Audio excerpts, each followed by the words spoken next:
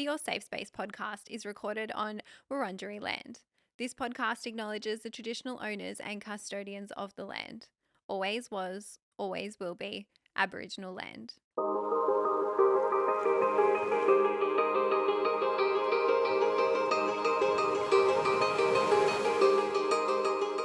Welcome to Your Safe Space, the podcast. I'm your host, Adele Marie, and this podcast is here for you. It is a safe space for us to catch up each week to discuss anything and everything. And on today's show, we are doing an episode about how to know when it's time to call it quits, or how to know when your relationship may have run its course. Now, happy Sunday and happy weekend to my favorite people. It is another solo episode from me today, and I'm so excited about that because I love obviously chatting one-on-one to you. And I do have other guest episodes coming, but I think what I might do is have them like one solo, one guest, one solo, one guest. So we have a little bit of like break and difference in the structure of the show. This episode was voted by you guys. I did put up a poll into the broadcast channel. Please join that if you haven't. I will put a link to that in the notes. And I was a little bit shocked to see that this episode was voted for, but it makes sense because when I go back through all the AMAs that I've done and even like through like DMs and things like that, even in the Facebook group, I get asked this so much. Like, how do I know when it's time to end my relationship, or how do I know if I need to make this decision? And so hopefully I can give you some guidance in today's show. But as usual, before we get into it, I'm going to give you my highlight, gratitude, and struggle. And I would love to hear yours. So please come into the Facebook group. Every single Monday, I put up a post. I write mine. Sometimes they're different, the one that I write and the one that I give you on air.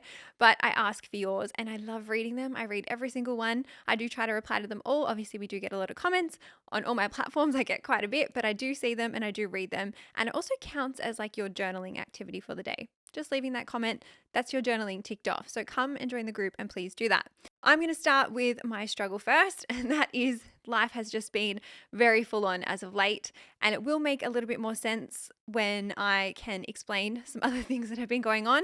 And I'm hoping that come like end of June, everything that I haven't really spoken about publicly can just be out in the open. All the other stuff going on in the background will be public knowledge. And yeah, I can just feel a little bit more calmer. I do have therapy tonight. As I said last week, I tried to change the appointment. She couldn't change it. My appointment is at 4 o'clock. I'm recording this at 10:30. So I've got to hang on till 4 p.m., but I should be fine. The good thing is, even though it's been a struggle, because I've had so much happening and so much on my plate, is that I do have the tools in place and I do know how to look after myself and I do know how to manage when times get tough. And I think my resilience is a lot better now than what it used to be. My tolerance for a lot at once is a lot better now, thanks to therapy. But yeah, sometimes I do need those appointments. So I'm very much looking forward to it this afternoon. And I'll let you know next week how we go. Now, my highlight, I have two. I had my best friend's 30th on Sunday, which was so beautiful. And it was just nice to like welcome my bestie into the 30s club, because you guys know I had a bit of a meltdown about turning 30. If you're about to turn 30 and you're having a meltdown, go back and listen to the aging episode. But it's cool because now we're both 30 and I'm like, we're 30, flirty and thriving. And it's true if you've also just turned 32. My other highlight is I have a photo shoot on Saturday with Elite 11. I'm so excited because I get to model for them for their end of financial year campaign, which is like life goals. Love the brand, love that like they've chosen me to do that photo shoot, but they have also chosen 10 community members. They opened up a competition, which I think is just the sickest thing, and they're giving 10 people the opportunity to model in that with me. And so some of those people are listeners of Your Safe Space. Some of them are from my community. Some of them are from the Elite 11 community, but I'm so excited to spend the day with them. So excited to make memories. We're going to have so much fun. And I love shoot days. I think they're just a vibe and I can't wait to meet everyone. So I'm very much looking forward to that. And then my gratitude, saving the best till last, is you guys, because I am so eternally grateful, so hyper aware that I don't have my platform. I don't have the things I have. I don't have the opportunities, even the photo shoot opportunity and all the other stuff that's been happening lately without you. And I always say this, like, what's mine is yours, it's ours. If I'm winning, you're winning, we're winning together. And I'm just so grateful. And it has really just shown me, especially with the jewelry launch and the way that you guys bloody sold us out. Like, thank you from the bottom of my heart. I have no amount of words to actually explain that, but I truly am so grateful. And there's never going to be a day that I'm not grateful. So I just hope you know that and how much I appreciate you. All right. Oh, that's a bit of a D&M from me. Big hug, guys, group hug. But let's jump into the show. Today, we are going to talk about some of the signs that your relationship has run its course. I'm then going to give you some questions you can ask yourself before you end a relationship, because I want you to basically get to that decision by yourself. I'm going to give you some information, give you some thoughts, give you some context, and then I want you to be able to go and make your own decisions. I'm not going to sit here and tell you what to do. And then there's a practical activity at the end. Now, as I said, this is not going to be an episode where I say, dump him, dump her, dump them. No, I think maybe if you had have asked me in my early 20s, I would have been very quick to say, yeah, dump them, like, fuck them, like, you deserve better. But I truly think as I've gotten older and as I've aged and as I've learned how to communicate and as I've gone to therapy, I have learned that like most things can be resolved. Most things can be worked through. Relationships do take work. Relationships do take effort. And obviously, with everything, I want to be a little bit more balanced, more nuanced, and give you guys the tools to figure out when and how to know it's time that your relationship, or it's time to end the relationship, or that the relationship has run its course. I also note that it can be a very stressful time. So if you have clicked on this episode and you really wanted it and you're confused and you're going through it right now, I'm thinking of you. I know it can be super hard and it can be really confusing weighing up everything. And as I said, I just want this episode to give you that clarity. Now, the other 2 points I want to get to before we get into it is sometimes, yes, the relationship has run its course. Sometimes you might just be questioning it because of what's going on and it may need a little bit of work. It is so normal to question it. You are not a bad person for questioning it or wondering what if, or wondering if this is it, or wondering if this is what your future will look like. You're having a human experience and that's okay as well. And then the other thing I want to note is that I do definitely think a relationship should end if there has been any kind of emotional abuse or physical abuse. And so what I'm going to talk about today, it doesn't have any relation to that, but if you are experiencing that, please call 1-800-RESPECT. The number is 1-800-737-732. I'll put that in the notes as well, because I feel like that is a different situation. And I also know it can be very hard to leave relationships like that. So if you are in one, please contact them. They'll be able to give you some resources and help and guidance to get you out of that situation and get you into safety. Now, we're going to go into the signs. There are obviously heaps of signs. I'm just going to give you my top 10. I feel like I could have probably given you 20 or 30. So if you like this episode, maybe we can do a part 2. I'll let you guys vote on that. And I'm going to jump into them now. So the first sign that you guys may not be right for each other, or that the relationship has run its course, is the difference in your core values. Now, I speak about values a lot on this podcast. I think it's important that you know your own values. I think it's important that you date in line with your values, and I hope that the person you are with also has the same values or similar values. And I believe this more as I've gotten older. I think you can have different interests, you can have different hobbies, you can have different likes, but when it comes to your core values, I do think they need to be aligned. I'm not saying they have to be identical. As long as they are slightly overlapping, I think you can work with that. And when I'm talking about these values, I'm talking about things like communication, trust, respect, compassion, empathy, how you have conflict, how you manage your money, how you want to raise kids, what you see for your future. There are so many different relationship values that we could unpack. And maybe that could be another podcast episode as well. But shared values are so important for longevity when it comes to a relationship. And as I said, I don't think they have to be identical, but if they are overlapping and more similar, I think you have a better chance at that long-term compatibility.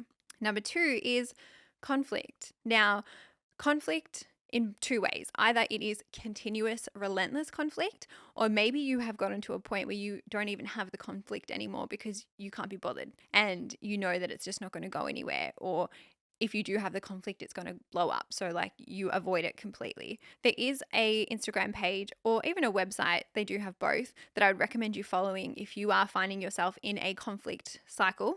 It is called the Gottman Institute. They're one of my favorite relationship pages to follow. They have beautiful, beautiful information out there. Very, I think, high value, and can give you some like tips and guidance and unpack that a little bit more. But they believe that conflict is normal. And I've spoken about this, I think, in an AMA episode.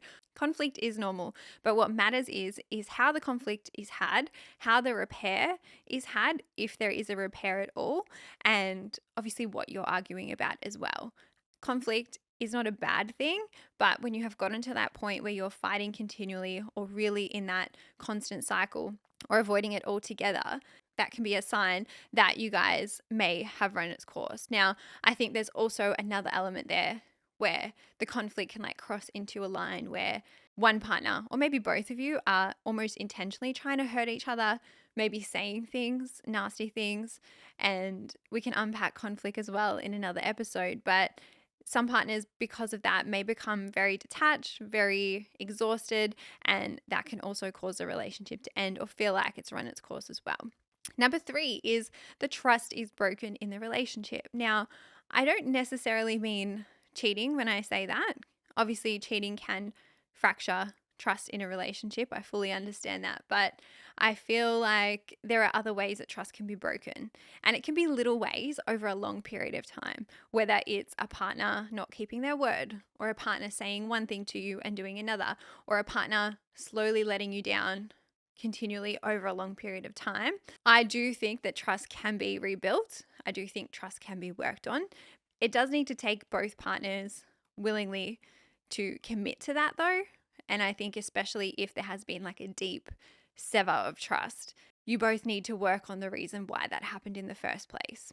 Everything I'm talking about here with all of these little points or the 10 signs, I don't think any of them in isolation are super fatal. I think if you have more of them than less, obviously that's a bit of an alarm bell situation. But if you have the ability to want to work through it and you both want to work through it, I think it can be worked through and I think your trust can be rebuilt. Trust is part of that foundation of a healthy long-term relationship. And if enough cracks start to form, or the cracks are super deep and there's no effort to repair that or no effort to fix it, that can also mean that it's run its course too. Number 4 is you are staying in the relationship for other reasons. And this is just justifying staying in the situation or staying in the relationship because you're scared. Maybe you're scared to hurt your partner. Maybe you've been with them for a really long time and you don't want to do that to them, even though you know deep down that that's what you want to do. Maybe you are living together. Maybe you own a house together. Maybe you rent together. Maybe you own like furniture and shit together. Maybe you have kids. Maybe you just don't want to unsettle the current dynamic. You know you're not happy, but you almost think it's just easier to stay. That's probably a sign that it's not the right relationship for you. And I know it can be hard to accept that. And I know it can be hard to sit with that. But that is yourself justifying when you deep down don't want to stay. I will give you an activity at the end on that, which will help you kind of weigh up those pros and cons and like the cost and value of leaving versus staying to help you kind of find peace with that if you are struggling with that. Number 5 is you don't see them in your future anymore. Now, I don't think that we have to plan out our next 10, 20, 30 years of life and know exactly what we want to do. Okay, I'm not someone that can do that. Maybe some people can do that. If you can, great. I'm not sitting here saying that, but what I am saying is, can you see this person in your future? Can you see yourself growing with them? Can you see yourself evolving with them? Or do you have doubts about that? That could be a very clear sign. And I feel like for me anyway, the idea or what a healthy relationship, long-term relationship looks like is being able to grow. It's being able to adapt. It's being able to have each other's backs and change and evolve together and be able to like see that with your person moving forward. Obviously, if you don't see them in the future with you and you don't see them by your side or you don't want them by your side, then that could be a very clear sign as well. Number 6, and this, I feel like I've ended one of the relationships I've been in, and this was a big one for me, but it is you stop sharing good news with your partner. And I noticed that when I ended that relationship, it was probably my second serious relationship in like my early 20s, but I had stopped wanting to like share the good news and wanting to tell him the things that were exciting, or maybe something happened at work, or maybe something happened at home, or maybe something was happening in my friendships. Like I had stopped sharing stuff. And I think it's almost like this subconscious thing that happens. Either, firstly, your partner may not be excited for you or may not hold the space or may not care. Maybe that's why you subconsciously stop sharing. And sometimes you do share and then they just give you nothing, and that can also put you off. I also think that when you are in a really healthy relationship, sharing those moments and sharing those really positive experiences help you build a stronger foundation and help you build that bond together. And so it's one of like the best things I think about being in a relationship. And if you can't do that, or you find yourself not doing that, that could be a very clear sign that things are not in the best place between you as well. Number 7 is you feel drained by your partner, or you dread spending time with them. And I'm not saying that you can never get sick of your partner, because I know your partner can be annoying. You can be annoying. You might want time out from them. You might want space from them. That's okay. That's normal. I'm talking about being drained all the time. And all the things I'm talking about experiencing them on like that higher end of the spectrum, or over a longer period of time, or over a higher frequency. Obviously, as I said, it's very good to have your own space. You don't want to have codependency in a relationship, but I think when you don't have that quality time anymore, or you find it like not fulfilling, or you are not looking forward to it, or you don't want to do it, that's a way of your body physically telling you that you don't want to spend time with this person. And not that this is super related, but I do think there is something that happens, and some of you might be able to relate to this because it's happened to me before. In 2 relationships, the one that I ended it and then the other relationship, he ended it. But there was a change in my libido where I didn't want to have sex with him or want to be touched or even want to kiss my partner. And I kept thinking to myself, what's wrong with me? Like, why is this happening? And I almost think it was my body's way of getting the ick or like getting turned off or not wanting to do that, because I knew, or my body knew before my brain knew, that this wasn't right for me. And I'm not saying that happens every time, but that definitely happened for me. And I think it was a mixture. Like, I would feel drained and not want to spend that time with them. Obviously, not just in that department, but in general. And so if that's happening to you, that could also be a sign. Number 8, one or both of you has given up. And I think this is overarching. I think this can be related to any of the things I've just spoken about. But if both partners are willing, I think you could almost work through anything. And maybe that's an unpopular opinion. I feel like, yeah, I'm gonna say that. I'm gonna back that, because with the right communication, with even like some like third party help, like couples counseling or things like that, you could potentially work through anything if both partners are willing and committed. The problem arises when one partner isn't, or maybe both of you aren't, and that's also okay if you have gotten to that point. I do believe if you have gotten to that point, though, it can be really hard to then make it through the other side or work through that.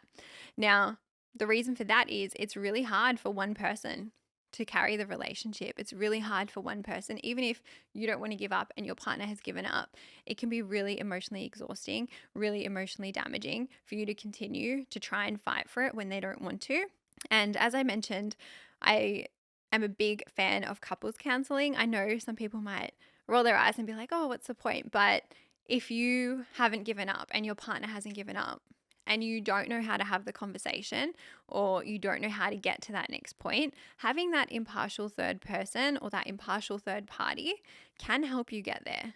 They can just teach you how to have the conversations. They can teach you how to manage the conflict. They can teach you all the things that, we don't necessarily get taught at school, or maybe from our caregivers as young children, but they can help guide you and help give you that guidance if you are at that point. Number 9 is there is no reason.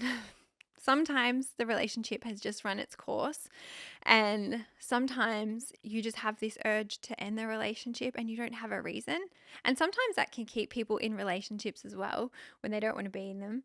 But it's important that you listen. And that's because sometimes no reason is a reason as well. And you just have to back your own decision and back what you're feeling. No Google search, no friends, no podcast, not even me today can give you the right answer. Any decision you make is always going to be the right answer or the right decision anyway, but you know best and you have to listen to that. And some people will say that's your intuition. I think it is. If your intuition is telling you that this is not right or that you want out, don't be afraid to listen to that. And I think it's important that you don't, because you don't want to waste years of your life knowing that you want to make a decision but being too scared to. So if you have that, or you're feeling that while listening to this podcast as well, then please listen to it. And then number 10, lucky last, but kind of related to the last one, if you were searching or wondering or confused and you clicked on this podcast episode, that might be a sign that your relationship has run its course. Now, I hope that I've given you some clarity and I hope that I've given you some guidance, but I really think the best way to go about it is just to listen to this podcast, sit with it, even sleep on it, and then maybe come back in a few days and do the journaling, which I'm going to give you in a second, and then make your decision from there.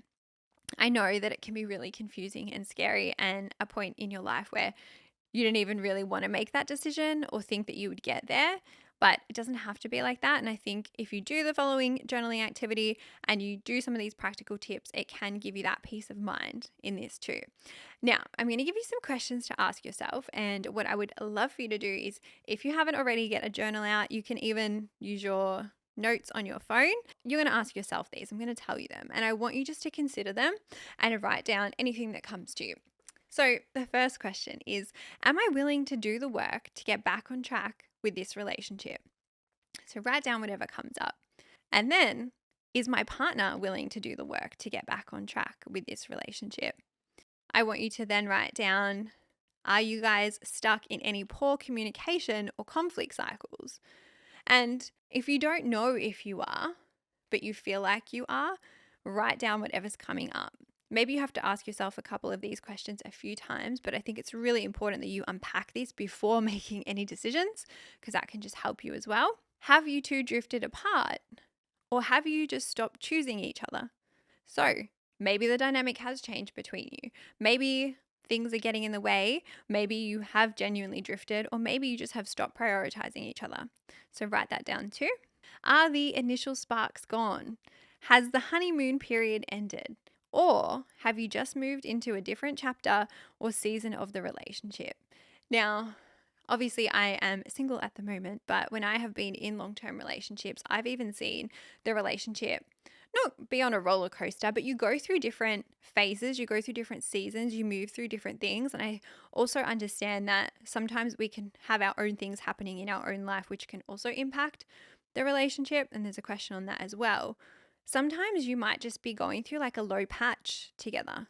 Maybe you are still meant to be together and it hasn't run its course, but you're just going through it together right now.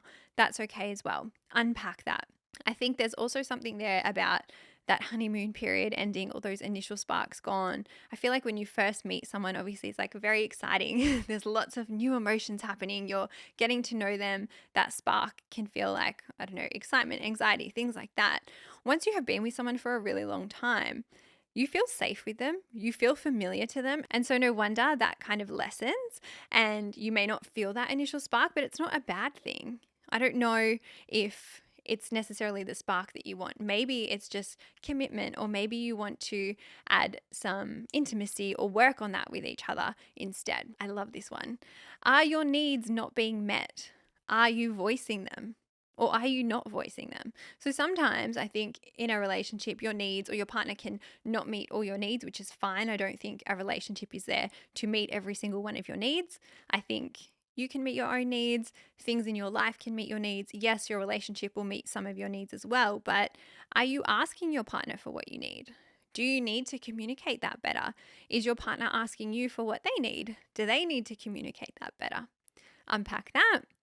And then the last question, I think this one is super important, is your relationship the issue, or are there other areas of your life causing you stress right now? Because this can happen as well. If you are going through it at work, with your family, with your friends, or any other area of your life, that can then trickle out and you can then feel it in your romantic relationship. So unpack that as well. And then the activity, which I spoke about earlier, and I also spoke about it in an AMA episode. I cannot for the life of me remember which one, but it is an episode where I think it's called Making Hard Decisions. I think that was one of the questions. Someone was asking about making a decision. And I do this activity whenever I have to make any decisions, whether I am deciding on moving states, taking a job, making a really hard choice when it comes to something in my career or in my relationships or in my friendships. I would do this activity. I also have something to say about those people that are like, if you have to write a pros and cons list, like their relationship's already over. I call bullshit on that, because this activity, well, yes, it is essentially a pros and cons list. It actually helps you have awareness. It helps you get it out on paper, get it out of your head. It reduces the confusion. It allows you like the space to actually assess what it is that you want, and it helps you make the most informed decision. So I don't necessarily think, oh, if you have to write this down, then it's already done. This can help you get to that point, or it can help you realize, hey, we actually have to work on a few things we're both willing to, and maybe it's time not to throw in the towel. Now, this activity is called the cost versus value list. On one side, you've got the costs. On the other side, you've got the value.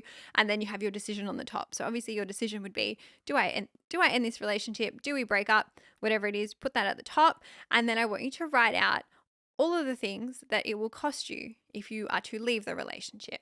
Maybe write as many as you want. I was going to give you a number. Write as many as you want, with whatever will come to you. And then on the other side, I want you to write all the things you are getting and value from staying. And with this activity, I'm even happy for you to do it over a few days. Sleep on it. You don't have to hurry and do this activity right now and make your decision right now. Like, no, there's no urgency. Sit with it. Let it settle, let your emotions settle, maybe come back to it. Maybe things will come to you during the week or over a period of a few days. Let that happen. You don't have to rush to make any decisions, and you don't have to rush to make any judgments, especially if you are right now in the thick of it and your emotions are really heightened and you are panicking. Give yourself some space, give yourself some grace. It's going to be okay. I also want to just end on this. Whatever decision that you will make is the right one. And I feel like if you are going through it right now, I'm sending you lots of love. And if you have any specific questions, because I didn't take any listener questions for this episode, I did plan this one yesterday. And I would love to kind of unpack some more listener questions. So you can feel free to drop that in the AMA question box every Monday night, or you can even come into the Facebook group and share it there, because I feel like there are going to be people listening who have been in that situation and then ended the relationship and it be the best thing that they've ever done. Or there are going to be people listening who have gone through it and stayed and then had the best relationship that they've ever had. And now they're thriving and healthy and they're in a long-term ongoing relationship. And so there is no right or wrong. Whatever decision you make, as I said, will be the right one. And come into the group and we can unpack it and chat about it together. But guys, we can wrap the show there. Thank you so much for listening. Please follow us on Instagram. Mine is at Adele Marie. The podcast is Your Safe Space Pod. Join the Facebook community. Join no, you can't join Spotify. Actually, you can follow us on Spotify. Leave us a rating on Spotify. Leave us a review on Apple. I love reading those and it helps me when you do that, because word of mouth helps the podcast quite a bit. Please tell someone if you like this episode, share it with them or share it on your stories while you're listening. And I hope that you have a lovely rest of your weekend and a lovely week ahead. I will see you guys on Friday. Look after yourselves and come into the Facebook group if you're not already. All right, bye.